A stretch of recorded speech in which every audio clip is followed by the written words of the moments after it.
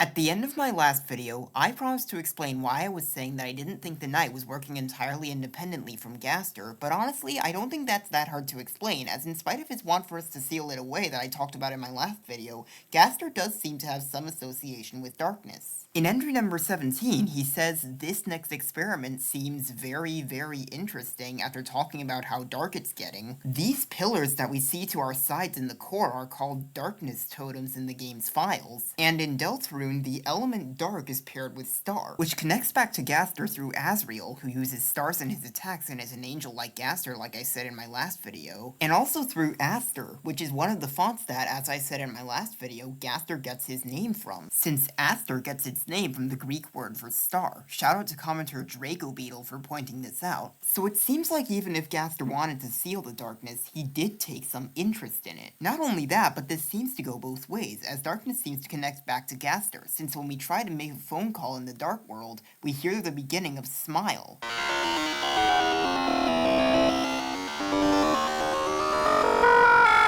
Jeevel says that Hell's roar, likely referring to the roaring, bubbles from the depths. Like the depths image, which, like I said in my last video, is heavily associated with Gaster. And if you darken the Titan, a being of pure darkness, it starts to look a lot like Mystery Man. And also, the night seems to connect back to Gaster, as the sound that plays outside the shelter, which, as I said in my last video, the night seems to be using as a headquarters, becomes Smile when played at 666% speed. Though this sound also plays in the basement of the Holiday House, but I'll get to that later. When asking Spamton about them, he says something about communion, exactly like you might have with the Angel. And on the Undertale 6th anniversary stream, Toby Fox revealed that he had conceptualized an animated intro for Deltarune that would have had the knight standing in a white door, just like the one we find Mystery Man behind. Though while I'm on the topic of things hidden in games' files or code, I should also mention that when you go back and inspect the start of this area after Susie breaks the final prophecy, just out of view, just perfectly out of view, another hand presses against yours and pushes you back. But after this happens, the sound of Dessa's guitar plays at 0% volume. And also that in the game's code, there are these weird unused lines of dialogue of a character describing being lost in the darkness and not knowing where they are, which some new lines have been added to with each chapter, and the lines in chapter 2 describe hearing something like scratching. But I'll get to that later. Now, given how Gaster's been shattered across the time and space of Deltarune like I said in my last video, perhaps the knight is simply working for a piece of him, one that had all of Gaster's interest in darkness without any of the knowledge of why it's bad, who's directing the knight to make these dark worlds and eventually cause the roaring. Okay, but why would they agree to do that? Why would someone agree to work for someone like that, making dark fountains that could bring the end of the world? Well, here's the thing about that.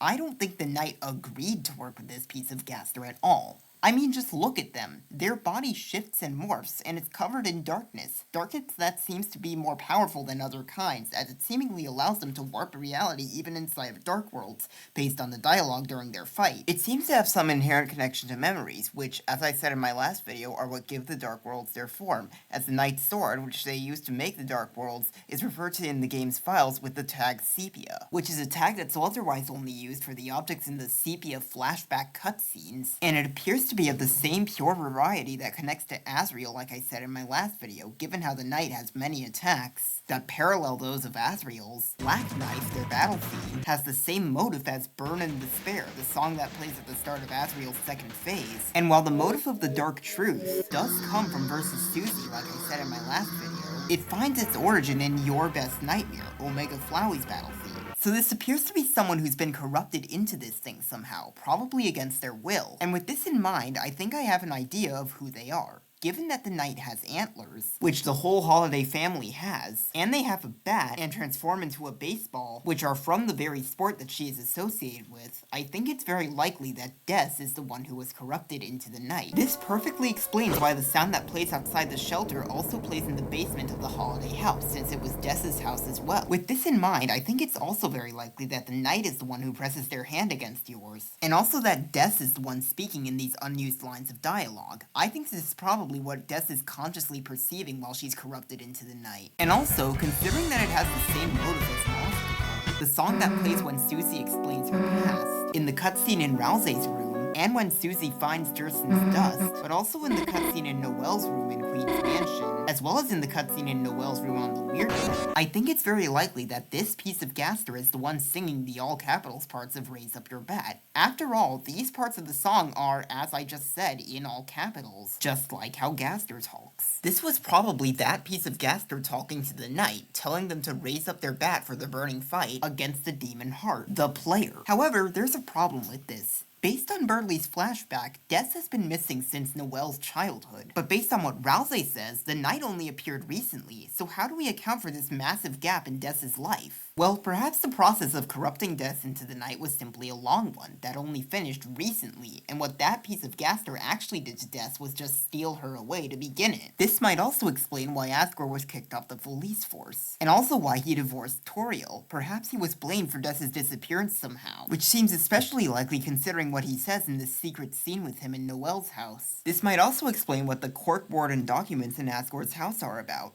Finding Des. This might also explain what Asgore's you-know-what that Toriel and Rudy talk about is, his obsession with finding Des and setting things right with Toriel. This might also explain why Asgore has 6 flowers of the same colors as the 6 human souls. Perhaps he wants to get a weaker version of the power he would have gotten by using the flowers instead of souls to help him find Des. However, I don't think that Des is the only one who's been corrupted in this way. I also think that Chris has been, based on the fact that whenever they take their soul out, as well as for a split second when they enter a dark world, we can see that their eye is constantly red, the same color that Susie's eye briefly turns when she makes a dark world. This could explain why they seem to be working with the knight. And with this in mind, I think it's very likely that the knight is the one singing the regularly capitalized part of Raise Up Your Bat, which seems especially likely considering that this is the part of the song with the Lost Girl motive. This was probably the knight talking to Chris, telling them to come follow them into the dark path that the piece of Gaster was leading them on. However, Chris doesn't seem to have been corrupted as much as Des, and with this in mind, perhaps when they learn that the person they're working for is a piece of the person they're trying to defy, they will come around, and end up being the hero they were prophesied to be. However, there's more. What if I told you that we have actually seen the piece of Gaster that did this to Chris and Des?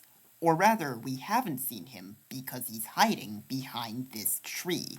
Say hello to the Eggman. The Eggman definitely has many connections with Gaster. He's referred to as simply a man, just like Gaster. In Chapter 3, we find him in an angel temple. The song that plays in the egg rooms in Chapters 1 and 2, Man, and the song that plays in the egg room in Chapter 3, Man NES, were originally composed by Toby Fox as fan-made tracks for the game Yume Nikki, with titles relating to a character that looks strikingly similar to Mystery Man. And he seems to be aware of the true nature of Deltarune like perhaps as only its creator could, since he says that Deltarune will be waiting, just like Gaster does at the end of Chapter 4. Also, he says that once upon a time the whole world looked like Man Country, before the world changed and society was developed, which is very similar to what this Flying Ace says, that copies are monochrome but Chris colored each of them in with care, which is just like how Gaster must have created Deltarune like I said in my last video, by creating this world that was just a monochrome copy of that of Undertale, a basic blank space like Man Country, before coloring it in with care by developing the society of all the equivalents to the Undertale characters with physical bodies with blood. And this might explain why the Lightner's skin changes color in the Dark Worlds, and also why the Darkners have colored in portraits, unlike the Lightners, whose portraits are black and white. Also, in the Eggman's story of the world, he specifically says that the Earth was covered in water, which is something that happened to our world, but wouldn't have happened to the Light World, as it was originally created as a monochrome copy of the Undertale world as it was in Gaster's time, which would have been after all that had happened. But it does relate to Deltarune through depths, which, as I said in my last video, is heavily associated with the Light World, since it is actually a heavily edited image of a wave, which works perfectly with how the Dark Worlds in the location dedicated to worshipping the Light World's creator are filled with water. There's a waterfall in Rousey's explanation of Dark Worlds, and the things that the Dark Worlds are formed from are referred to as fountains, since according to this theory, the knight that pulls these fountains from the earth is working for a piece of the angel, and the old man references the tides of fate, since, as I said in my last video, depths is also heavily connected with the prophecy. And with this in mind, this is probably what the waves in Raise Up Your Bat were referring to. And finally, he seems to be aware of the true nature of Deltarune on a meta level, as he says that Deltarune will be waiting for either a number of hours or a number of years, which could be referencing how our playthroughs of Deltarune only take a number of hours, while the making of the game takes a number of years. And that seems to actually be a diegetic part of this world, since in Gaster's takeovers of the Undertale Deltarune X account prior to the release of Chapter 2, and Blue Sky account prior to the releases of Deltarune Chapters 3 and 4, he specifically references how long it has been. With this in mind, considering that all of the dialogue in Man Country is in all capitals, just like how Gaster talks, this sign calls Man Country a man's world, and also that the man says it's the only place that he can talk, possibly indicating that Man Country was created by him. I think this is probably what Man Country is.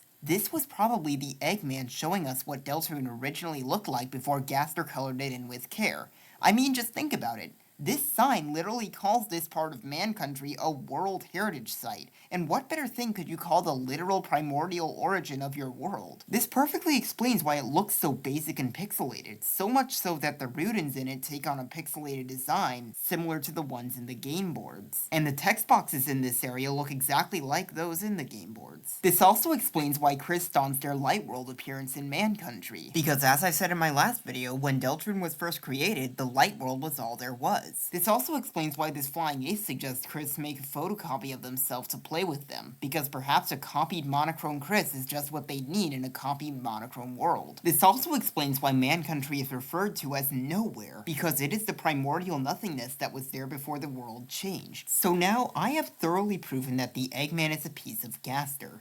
However, I have yet to prove that he's the piece of Gaster that did this to Chris and Des, the one that had all of Gaster's interest in darkness without any of the knowledge of why it's bad. But I believe I can. Allow me to explain.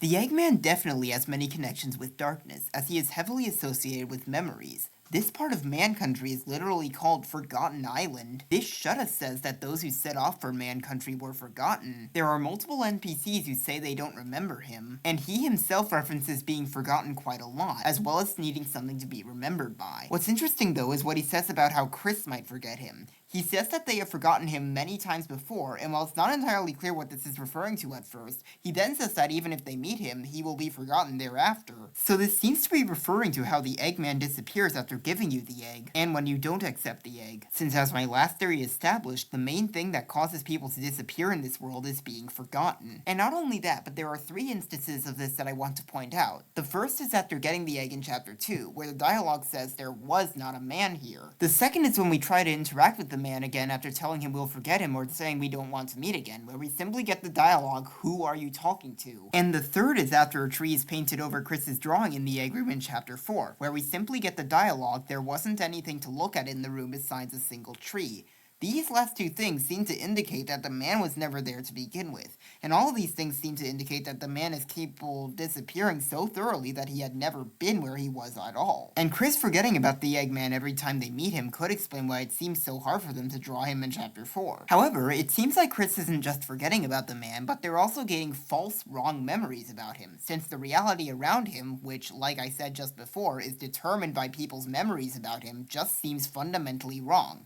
The very way we find his room in Chapters 1 and 2 is by going back and forth between rooms until a new room suddenly randomly appears there, in which other party members and Chris are suddenly absent that we can't re-enter. The way we find his room in Chapter 4 is the same, except that it's just going back and forth between rooms repeatedly without the random aspect. And the way we find his room in Chapter 3 is by going on a quest that involves us entering this cave with only Chris, that eventually leads us to move our soul out of a battle menu, somehow transporting us to another new room with all those same aspects. And this island, the Eggman says, will disappear one day, possibly indicating that the reason we can't re-enter these rooms is that they actually cease to exist after we leave them, which might be because Chris forgets about the areas after leaving them. The Eggman is also seemingly capable of suddenly appearing in the light world. This even seems to have affected things relating to the man, as Chris's knife, which they used to make Dark Worlds for the man, seemingly doesn't show up in Dark Worlds. And also, they just suddenly have it at the end of Chapter 2, in spite of never picking it up from the pie tin where it was at the start of the chapter. The wardrobe we find on our quest for the man in Chapter 3 is just suddenly there when we leave the room and come back. The trip ticket just suddenly appears in our inventory after talking to this Bibliox for the final time, and he claims we've been holding it from the moment we stepped in the room, which specifically reminds me of how Sans uses his reality warping power to make his key have already been on our keychain. Chris suddenly changes back to their Dark World outfit after receiving the egg in Chapter 3 with a healing noise.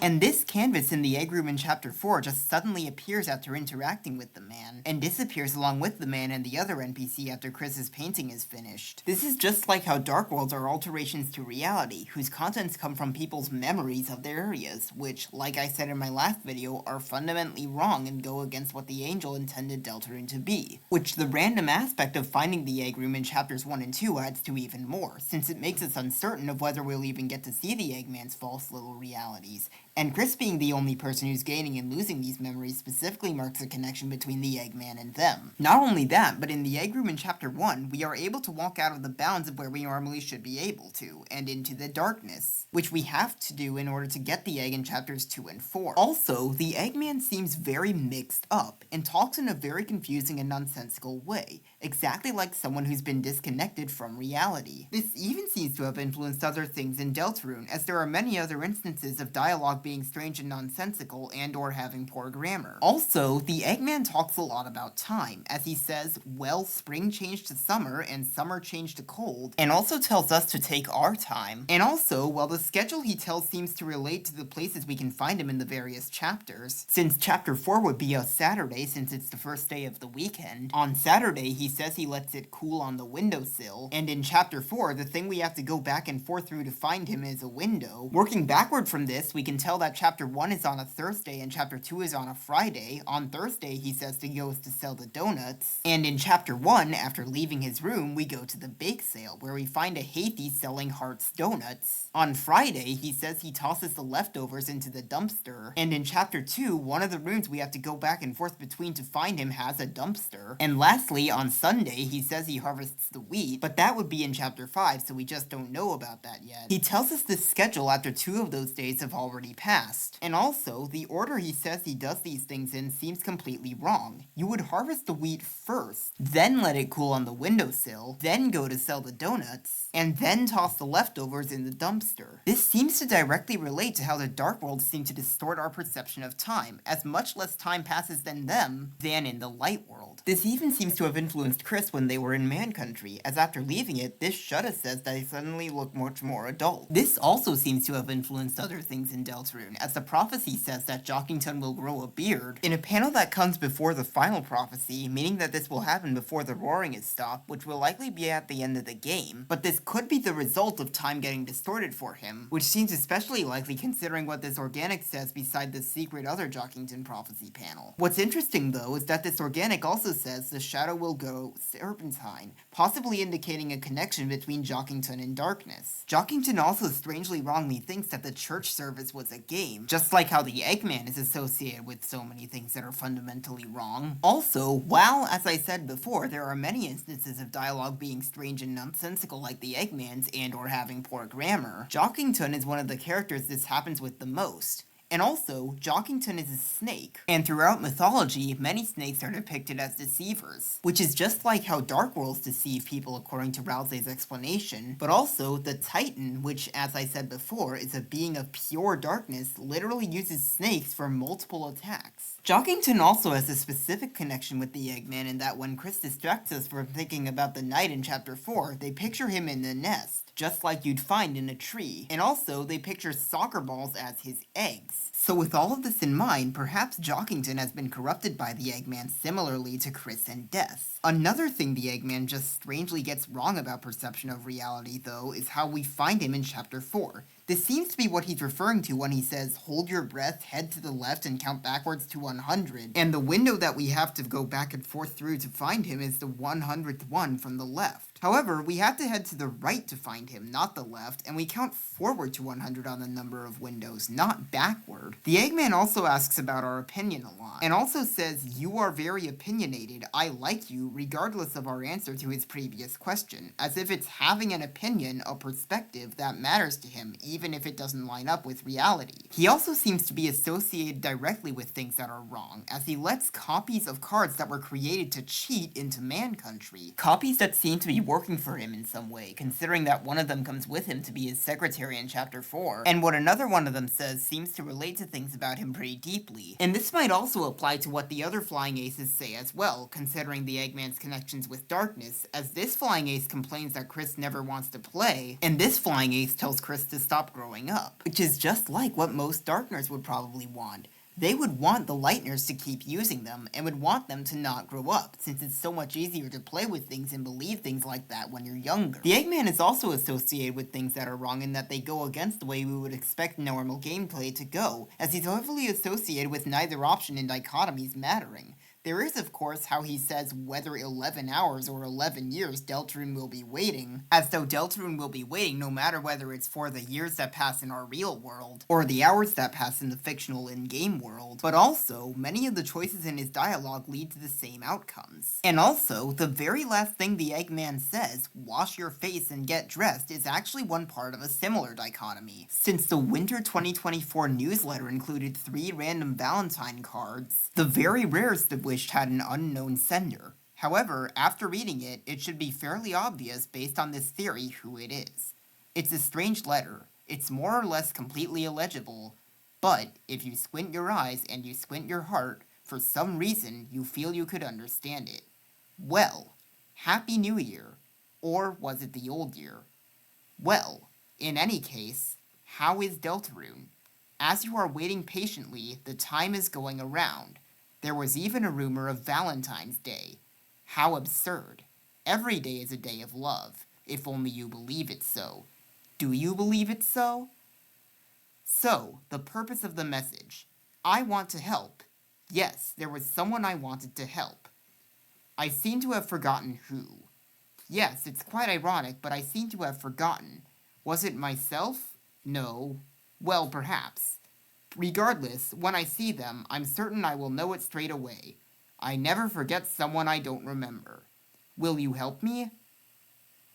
You are very odd, responding out loud to a letter. But you seem reliable. I will be counting on you.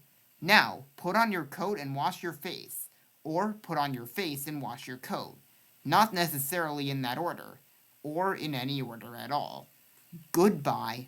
There was a sound like something walking away, and the letter was gone. Now it should be pretty obvious who this letter's writer is. It's the Eggman. He is the one who wrote this letter. I mean, just think about it. This letter is written in all capitals, and it's written in a confusing, nonsensical way, just like how the Eggman talks. The top of it calls it illegible, just like the handwriting on Sans' blueprint, which, as I said in my last video, was written by Gaster, whom, according to this theory, the Eggman is a piece of. It talks a lot about time, as it says, Happy New Year, or was it the old year, and also, there was even a rumor of Valentine's Day, just like how the Eggman talks about time. But it also specifically says that time has been going around, which sounds exactly like what someone whose perspective of time has been distorted like the Eggman's has been, like I said before, might say. Also, it presents what it says about the new year as a dichotomy with the old year, that it then acts like neither option in matters, as it just says, in any case, and moves on. Just like how the Eggman talks about neither option in dichotomies mattering. And also, it only says there was a rumor of Valentine's Day, which it then calls absurd, saying every day is a day of love if only you believe it so, as if it's saying our beliefs are what shape reality, which is a principle that would also apply to the letter itself, as the top of it says we need to squint our heart to understand it, which is just like how Chris's beliefs, their memories about the Eggman, determine where he actually is. It also mentions us waiting, just like the Eggman. The end of the letter just says the letter was gone. It doesn't even say the letter's sender took it and left, just that there was a sound like something walking away, just like how the Eggman and things around him tend to disappear after talking to him. And finally, right at the end, it says, put on your coat and wash your face, or put on your face and wash your coat, not necessarily in that order, or in any order at all. This is it. This is the Eggman's final dichotomous dialogue, complete with its other half, along with a statement that the order you do the things in isn't necessary. Once again, just like how the Eggman talks about neither option in dichotomies mattering. Okay, but what does this actually mean? Put on your coat and wash your face, or put on your face and wash your coat? Well, here's the thing about that. Given how this letter calls its recipient very odd, responding out loud to a letter, I think it's very likely that the recipient is the player, since us responding out loud to a letter would fit right in with how our dialogue options in the game sometimes mean more literal things than we might think, like how when we select Ask Susie how she's doing, we literally say Ask Susie how she's doing. With this in mind, the face that we put on is most likely Chris's face. we put on their face when we possess them. And with this in mind, the rest of this is probably just about the dichotomy between what we would normally expect and what we wouldn't, since putting on your coat and washing your face are things you would normally expect, while putting on your face and washing your coat are the swap of that. And the main character of a video game actually being their own person that you're just possessing is certainly something you wouldn't normally expect. This also directly connects the Eggman to Chris, as well as to the Knight, since they are the one who, as I said in my last video, put us into Chris in the first place. This also connects the Eggman to the Knight through this whole theme of neither option and dichotomies mattering, since while that is something that's prevalent throughout the game, the Knight is the one who introduces it, by discarding our vessel and telling us no one can choose who they are in this world. Okay, but this letter raises another question. Who was the person the Eggman wanted to help?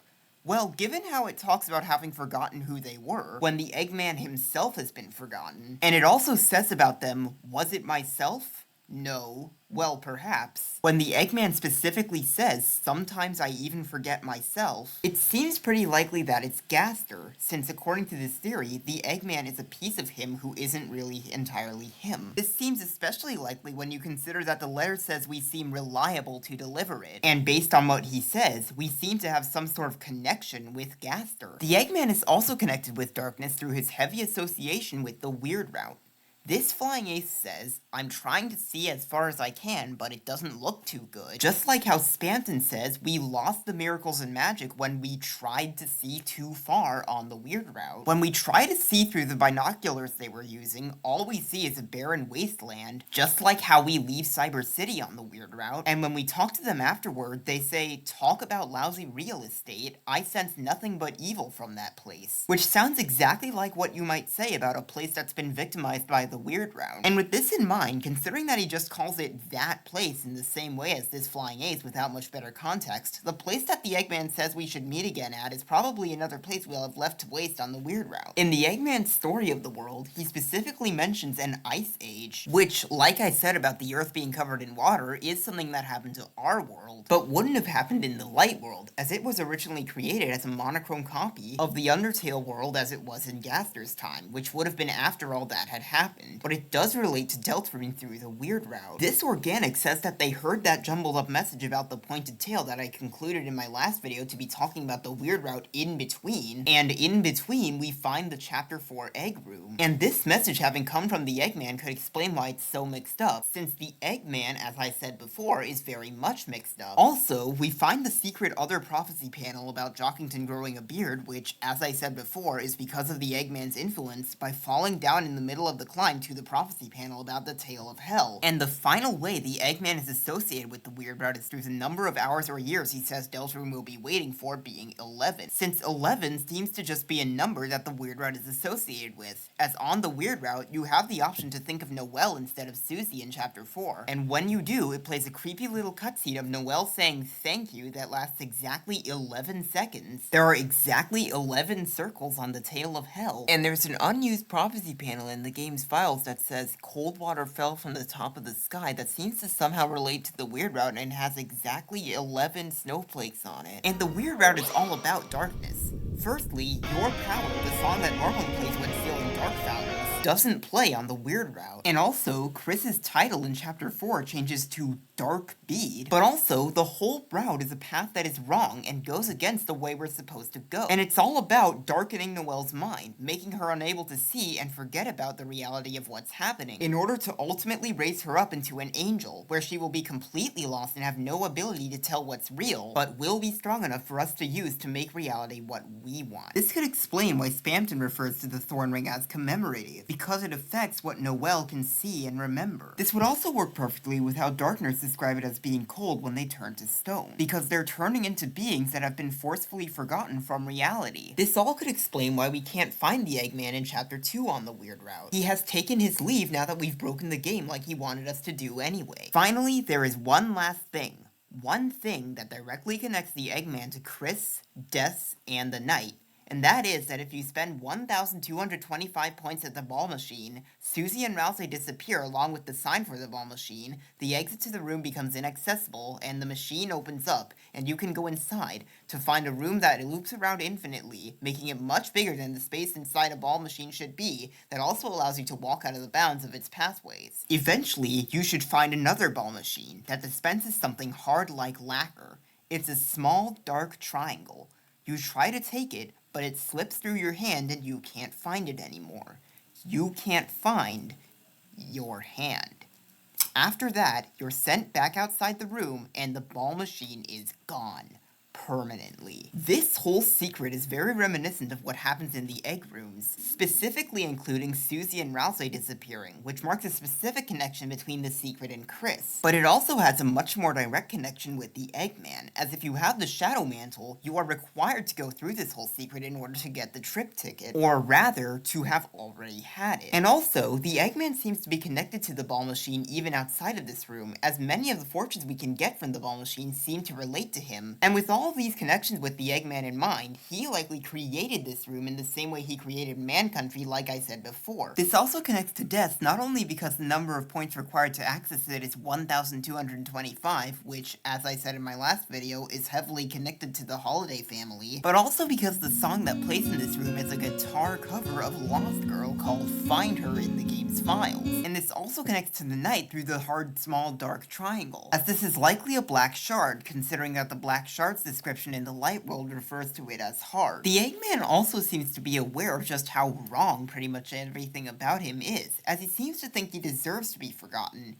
He literally tells us to forget about him. If you say you didn't want to meet again, he says he's starting to realize why he was forgotten. And when Chris finishes their painting of the man in Chapter 4 Egg Room, the dialogue simply says a tree was painted over, possibly meaning that it wasn't Chris who painted the tree, but the Eggman. This might explain why he hides behind a tree in the first place. He doesn't think he deserves to be seen and remembered. And this theme of trees being used to help things be forgotten might also relate to how this organic says they heard there's something inside an acorn, since what's inside acorns are the cells that eventually grow to be trees. This would work perfectly with what they say afterward about needing to make this acorn, since that would mean that they need to be forgotten, which they kinda do. Since in the first sanctuary they were stone and were forgotten like I said in my last video. And the only reason they aren't stone in this Dark World is that Susie created it, and messed this up along with a lot of other things. It also might explain what this prophecy panel, Roots, that we find outside the egg room in Chapter 4 is about. The roots of the tree, as in the reason the Eggman was forgotten in the first place, which would be his nature of being the piece of Gaster with all of his interest in darkness, without any of the knowledge of why it's bad. This would work perfectly with what this prophecy actually shows, which appears to be a small house with 2 hometown trees in front of it. As while there are several houses in hometown that fit this description, the smallest one of them is Braddy's house, whose inside appears to be pitch dark, and also specifically has a connection with the Eggman, as in its window there are donuts. Which is what the story of the Eggman's schedule is all about, meaning that perhaps Braddy was the one he sold them to. And this also might explain what the scratching noise that Death describes hearing in the code is. As in Braddy's house, there's a scratching noise coming from a fryer making donuts. So perhaps being enshrouded in darkness by the Eggman, Des is able to hear other noises he makes in the dark. It also might explain the other part of what this organic says about where the forest would grow. Since if a tree helps one man be forgotten, then a forest would help a whole lot of people be forgotten. And where are a whole lot of people gonna be forgotten? The Roaring, since that is where all the Darkners will turn to stone, and therefore be forcefully forgotten from reality and turn into goners like I said before. And with this in mind, where the forest would grow is likely just referring to where the roaring's gonna happen, which is just the entire world of Deltarune. In fact, I think it's pretty likely that a goner is exactly what the Eggman is, considering all the similarities he has with the goners in Undertale. Perhaps being aware of just how wrong pretty much everything about him was and thinking he deserved to be forgotten, he transformed himself into one. Just like Azrael did at the end of the pacifist route like I said in my last video. Though thanks to the therapy session, Chris seems to be starting to remember him, as after the painting is complete, their hand still moves, as if to trace something. And if we interact with the sink after this, we get the message, you ran water over your hands and dried them. Between your fingers, a faint gray crease glittered stubbornly. you can never wash it all away. Which is just like how Goner Kid and Clam Goner turned gray from turning into goners as a result of remembering Gaster, like I said in my last video. This would also work perfectly with how water is connected to Gaster, like I talked about before, since it is exactly what Chris attempts to use to wash away that crease. The secretary also directly alludes to this when they question whether Chris or the Eggman was the patient, which also marks another connection between Chris and the Eggman.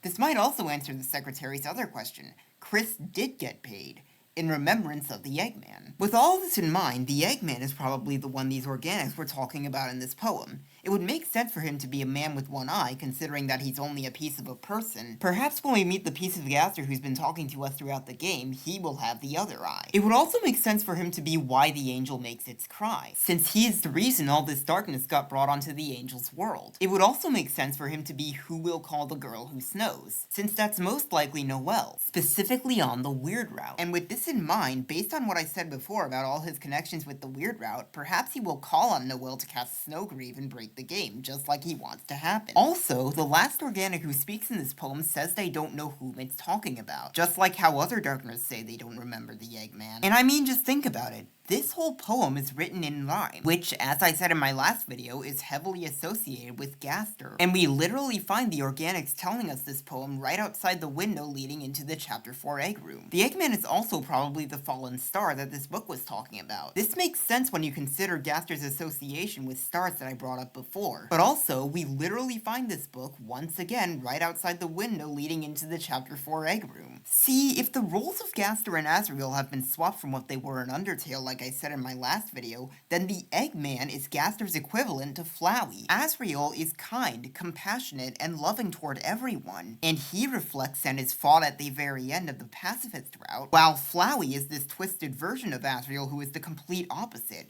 He is hateful, sadistic, and torturous toward everyone, and he reflects and is fought at the very end of the genocide route. And in the same way, Gaster is a cold, completely comprehensible, no-nonsense kind of guy, and he reflects the normal route, while the Eggman is this twisted version of Gaster who is the complete opposite.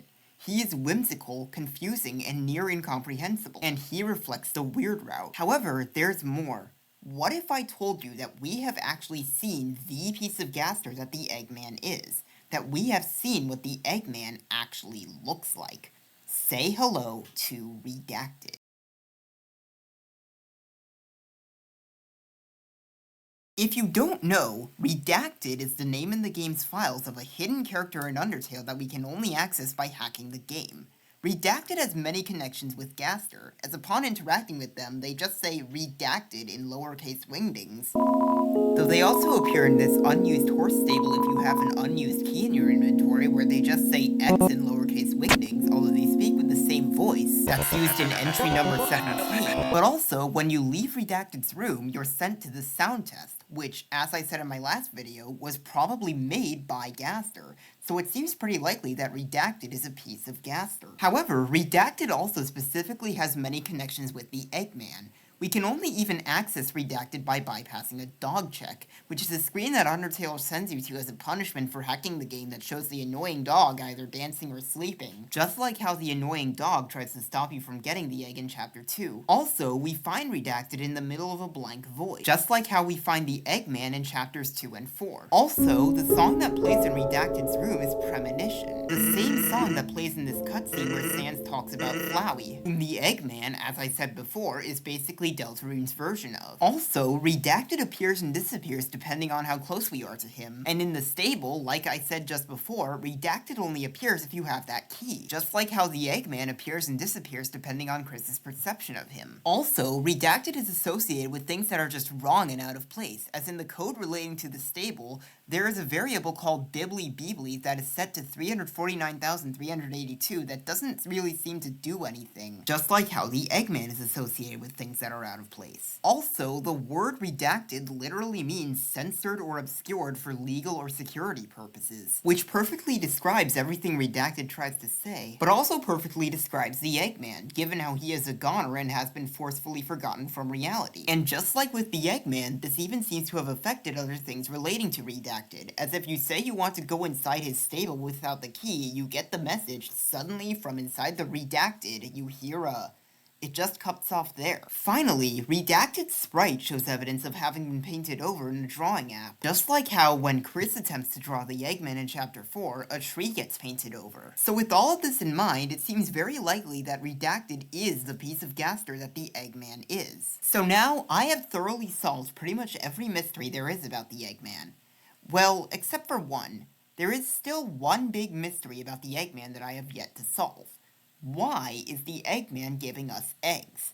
What is the deal with the eggs? Well, let's start by establishing what kind of eggs these are. They don't seem to be the kind of eggs you would use in cooking, as there seems to be something alive inside them, moving them out of our inventory at the ends of chapters 1 and 2 when we don't put them anywhere in Hometown, and to Birdley's desk in chapter 4. And with this in mind, I think it's very likely that the reason we're collecting these eggs is for them to all hatch into the creatures inside them. Whatever these things are though, they seem to be taking after their giver like offspring of some kind, as them leaving our inventory when we don't put them anywhere in Hometown is very similar to how the Eggman disappears when we don't accept the egg, and them moving to Birdley's desk is very similar to how he randomly appears in the light world. Also though, when you drop one of the eggs, you simply get the message, "What egg?" Just like how when we try to interact with the man again after telling him we'll forget him or saying we don't want to meet again, we'll simply get the dialogue, "Who are you talking to?" Also, the eggs are associated with things being wrong, as on the PlayStation version of Deltarune, there are achievements called Complete Without Issue that we just get for completing each chapter, but we don't get these achievements when we collect the egg in those chapters.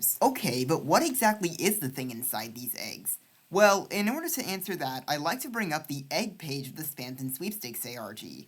On that page, Noelle blogs about a time when she got a special white egg in Cat Petters, which is presumably a prequel to Cat Petters 4, that didn't hatch and that she started raising for like a normal pet, only for it to leave home due to happiness the next day, in spite of the usual message being pet left home due to sadness. What's interesting, however, is that there's a hidden page of the ARG that had no link to it from any other part of it called Man, that simply showed a scarlet tree, but if you clicked right above the tree, it sent you back to the egg page. And also, on the Poor Children page of the Silence update, if you click and drag your mouse enough, a tree appears which leads to the egg page, so it seems pretty likely that Noelle somehow received this egg from the man.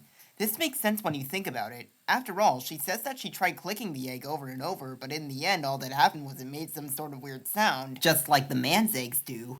And it had a name, but she doesn't remember what it was, which would work perfectly with how the man's eggs, as I said before, take after him, and he has been forgotten. This would also mark another connection between the Eggman and the Weird Route, since it would mean that Chris and Noelle, the two main victims of it, are the two people that he's given eggs to. So with all this in mind, I think it's very likely that the creatures that are inside these eggs that they will hatch into are actually cats. This makes sense when you think about it. After all, there is a theme throughout Deltarune of cats being associated with eggs. Temmie has an egg that she treats as alive like the man's eggs, that is replaced by the man's eggs in Chapter 2, and that joins the man's eggs on Birdley's desk in Chapter 4. Also, Temmie shows up in Chris's envisioning of Jockington in Chapter 4, and is mad about something about one of his soccer ball eggs. And also, Spamton, whom Caddy's room in Queen's Mansion used to belong to, and who is referred to in the game's code as having the cat element, is heavily associated with Pippis, which are explicitly stated to be eggs, and hatch into mini Spamtons,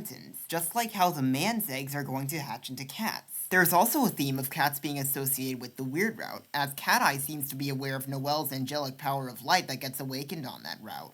There is also a theme of cats being associated with darkness, as Cat Eye seems to be aware of dark worlds. There is also a theme of cats being associated with Chris, as Cat Eye has a childhood history with them. There is also a theme of cats being associated with Jockington, as Cat Eye has always been his partner. There is also a theme of cats being associated with poor grammar, as like Jockington, Temmie is one of the characters that has poor grammar the most. There is also a theme of cats being associated with puppets, which is exactly what these cats would be to the Eggman, as while Task Manager's recruitment info might make you think it's paired with order, in the game's code, the cat element is paired with the puppet element. However, there's more. What if I told you that we have actually seen the cats that these eggs are going to hatch into? Right at the start of Chapter 3, in Rouse's explanation of Dark Worlds, we see this strange, unsettling cat entity, which appears to be made of pure darkness.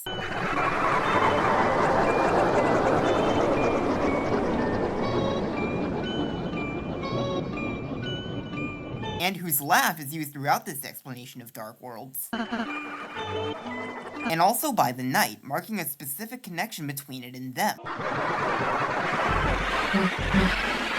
What's interesting about this thing, though, is that it has multiple tails, just like Endogeny, an amalgamate of multiple dog monsters. And the number of tails it has is 5, the same number of eggs that we're going to get. So with this in mind, I think it's very likely that the 5 eggs we're going to get are going to hatch into 5 cats that will then amalgamate into this thing. Okay, but that still doesn't really explain why the man's giving us these eggs. Why does he want to create this image? Well, just look at this thing. What it is a black cat. The exact opposite to the annoying dog, a white dog. So given that the Eggman is Gaster's equivalent to Flowey, perhaps what this thing is Toby Fox's equivalent to Flowey, a being that perhaps wants to be able to escape from Deltarune and go to our world to wreak havoc there. I mean, just think about it. This thing literally appears in a cutscene that only the player can see, constantly looks out of the screen at the player, and jump scares the player by quickly moving forward toward the screen, as if in an attempt to break out of it. This would perfectly explain why, in both Undertale and Deltarune, Toby Fox tries to stop you from seeing the Eggman. Not only that, but I think I know how this thing plans to escape to our world, since the description of Pluey, whose host appears to be dressed up as this thing, tells us to bring chosen cats to the Ark, and an Ark is exactly what our soul is described as in Raise Up Your Bat. So perhaps the way this thing plans to escape to our world is by taking our soul. This would make sense given that our soul is our means of interacting with Deltarune from our world. In fact, this cat being black due to its association with darkness might be why Toby Fox chose the color of the dog he's used to represent himself for all these years to be white,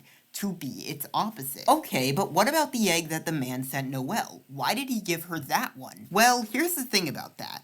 See, we have actually seen the face on this thing before, in Queen's basement, as well as in this room in the third sanctuary. And given how in Rousey's explanation of Dark Worlds, the body of that thing appears first, and then the face appears on it, and also its laugh is just called face in the game's files, it seems as though the face is its own entity with no body attached, a separate being from the cats that will amalgamate into that thing, which will attach itself to the front of that thing's head to complete it. However, this face on its own seems to be even more connected to the Eggman through its many associations with darkness. It appears in areas of pitch darkness, and in Chapter 4, it itself is completely dark. Also, the song that plays in Queen's basement where we find it is called Digital Roots. And Roots, as I said before, refers to pure darkness. This face is also connected to the Eggman through it disappearing after we see it, just like him. This face is also connected to the Eggman through the fact that it has a small chance of appearing and awarding a completely random number of points in Batted, whose cats even aside from this face are heavily connected with darkness, as the Batted balls they're formed from look just like the black balls of smoke that come from Dark Worlds. It would have had a random chance of appearing on an unused attack of Birdleys, and on the chair page of Spamton Sweepstakes, we can click on the chair from the beginning of Rousey's explanation of Dark Worlds to cause it to become darker and start moving around with a watery sound effect as the tab name changes from "But what if it could" to "Get darker than dark." And we can click on it again to change it back, but if we keep going back and forth between these, there's a random chance of this face's eyes appearing as its laugh plays before sending us back to the main page, which is just like how finding the Eggman in chapters 1 and 2 is a random event that we trigger by going back and forth between rooms. This face is also connected to the Eggman through Gaster, since it has a smile, which Gaster is heavily associated with. The number of the cat element is 6, which Gaster is also heavily associated with. In Batted, it specifically replaces cats that have golden aura and are angels, which, according to my last theory, Gaster is. Pluey involves cats raining down along with droplets of water, and the code relating to its appearance in Chapter 2 is referred to as Device Friend, which connects to Gaster through the fact that many of the things in Gaster's intro are referred to with the tag device.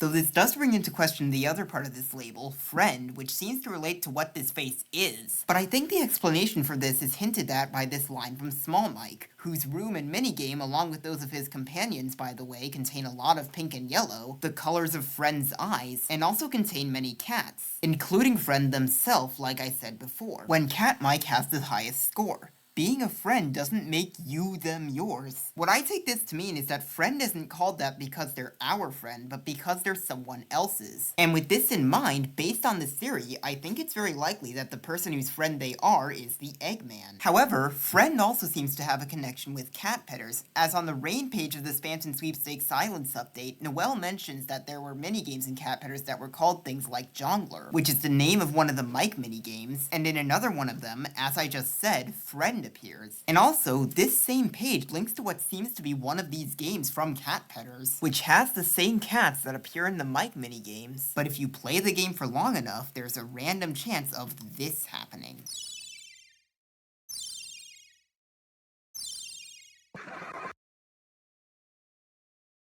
After this happens, your score in Rare Cats is reset to 0, which is worth noting, as on the Rain page, Noelle mentions she remembers getting a cat and it actually lowering how many points she had, and after this, she says she gets the feeling someone else she knows has seen it, which is likely Chris, which would work perfectly with how, according to this theory, Chris has been corrupted by the same man who sent Noelle the egg that hatched into Fred. So with this in mind, I would like to propose that the reason the Eggman sent Noelle this egg was for her to raise it and make it happy enough to eventually leave home and hatch into Friend. This explains why it was so hard for Noelle to get rid of the egg. She says she couldn't move it or throw it away, and it was even still there when she deleted the game and reinstalled it. It was adamant about it completing its mission to hatch. So now, I have really thoroughly solved pretty much every mystery there is about the Eggman, and now that I have, the time has finally come for me to make my final Deltarune theory before Chapter 5. This next theory will be about what I can conclude about the Eggman now that I've established everything I have in this video. If you'd like to see that next video though, why not consider subscribing to my channel, and also leaving a comment on what you think of the theory so that my channel gets more engagement. Now that that's all out of the way though, I'll see all you guys next time.